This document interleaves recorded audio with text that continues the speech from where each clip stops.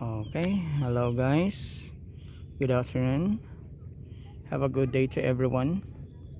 At ngayon po ay narito po ako ngayon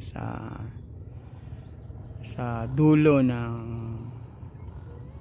Tayhi. No, Tayhi, Tabaco. Actually, sakop na yata ito ng San Carlos. Di ko alam. Di ko alam.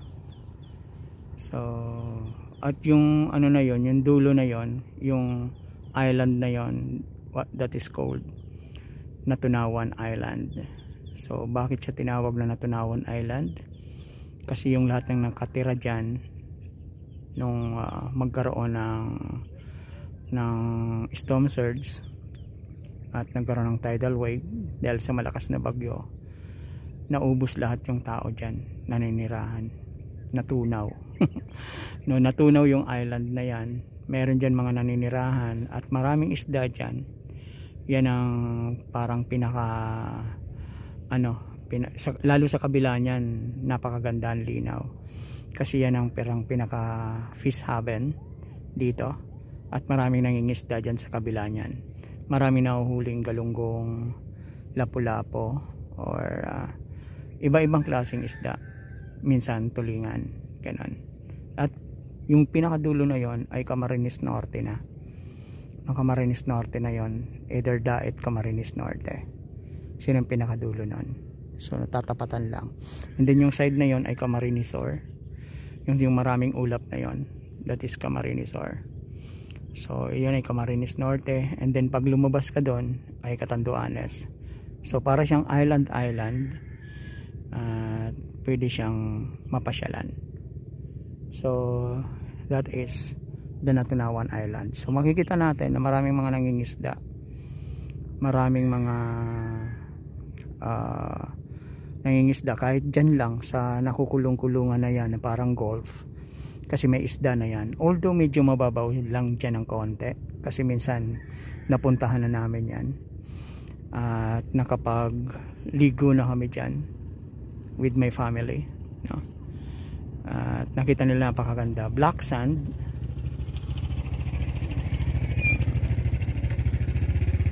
Makikita natin na yan ay black sand. At yung dito banda ay brown sand na nakaharap dito. Pero sa kabila niyan ay perfect black yung kanyang pagka-black. Talagang black talaga yung sand. So wala lang kasi tayong access para makapag-bike papunta ron.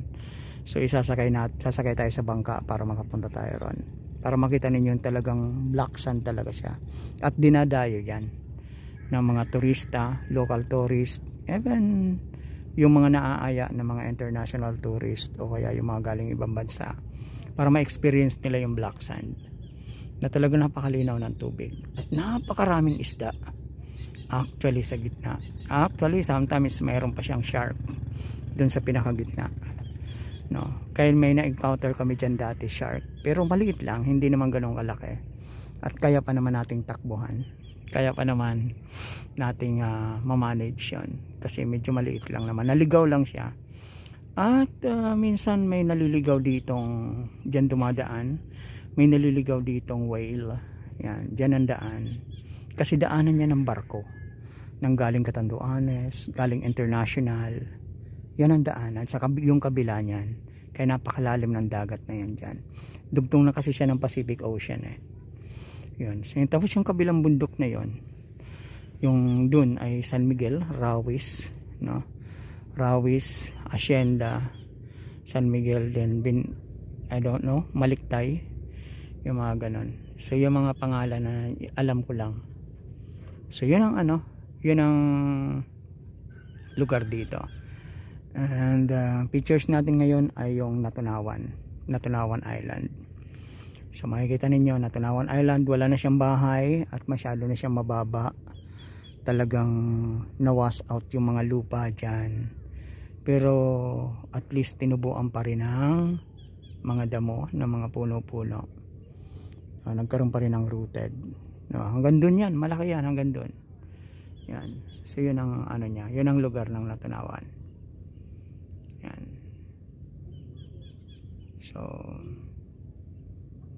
yan, okay, last loop. And then guys, thank you for subscribing my channel, and hoping you can share it and like, nang sa gayon ay makita naman ng iba.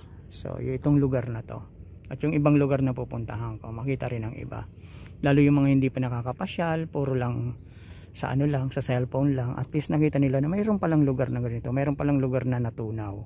Yes, meron. Kaya tinawag na Natunawan Island, dahil yung mga tao dyan ay talagang natunaw, yung island dyan ay natunaw. At wala talaga, actually dati walang ano yan, walang lupa ngayon lumitaw na uli, no? So kukunti lang yung lupa dyan, lalo pag high tide talagang makikita mo na halos abutin yung mga puno na yan. So that is called Natunawan Island here in Tabaco, Albay. God bless everyone, see you next vlog.